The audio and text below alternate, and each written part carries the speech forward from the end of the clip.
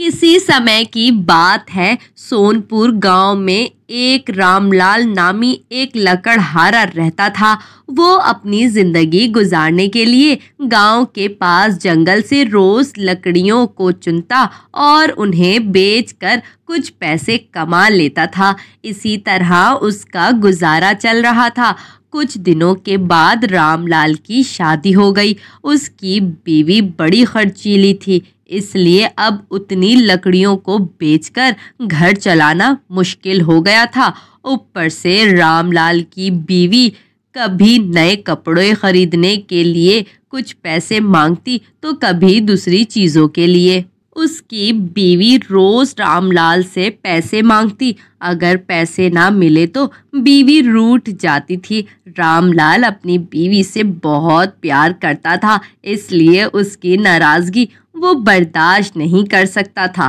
रामलाल ने ठान लिया कि अब वो ज़्यादा लकड़ियाँ जमा करेगा और उसे बेचेगा ताकि उसकी पत्नी को रोज़ रोज़ पैसों की कमी ना हो।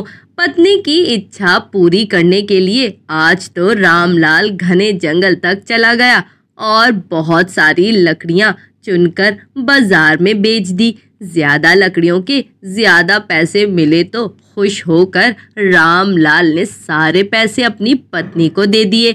अब रोज़ रामलाल ऐसा ही करने लगा। देखते ही देखते उसके मन में लालच इतनी बढ़ गई कि उसने धीरे धीरे पेड़ काटना शुरू कर दिया।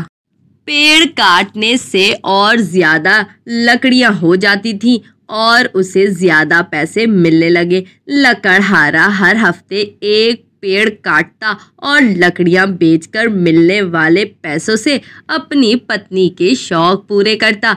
अब पैसे ज़्यादा आ रहे थे तो घर भी अच्छे से चल रहा था।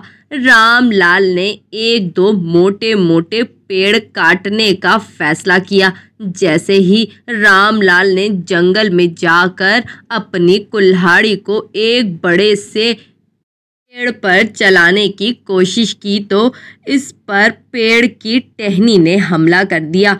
रामलाल चौंक गया। रामलाल को कुछ समझ नहीं आ रहा था कि ये सब क्या हो रहा है। तभी पेड़ से आवाज़ आई, ए मूर्ख, तू अपने लालच के चक्कर में मुझे काट रहा है। तुझे पता है कि पेड़ कितने कीमती होते हैं। हमारे अंदर भी जान होती है और तुम इंसान को जीने के लिए हवा, धूप में छांव और भूख को शांत करने के लिए फल देते हैं, लेकिन तू अपने स्वार्थ के लिए हमें ही काट रहा है। अब देख तू, ये कुल्हाड़ी मैं अब तेरे ऊपर चलाऊंगा। रामलाल ये सुनकर डर गया और कहने लगा, मुझे माफ़ कर दो, मैं क्षमा मांगता हूँ। आज के बाद मैं कभी भी पेड़ को नहीं काटूंगा और मैं बहुत सारे पेड़ों को उगाऊंगा भी। ये सब सुनकर पेड़ को रामलाल के ऊपर दया आ गई। उसने रामलाल को छोड़ दिया।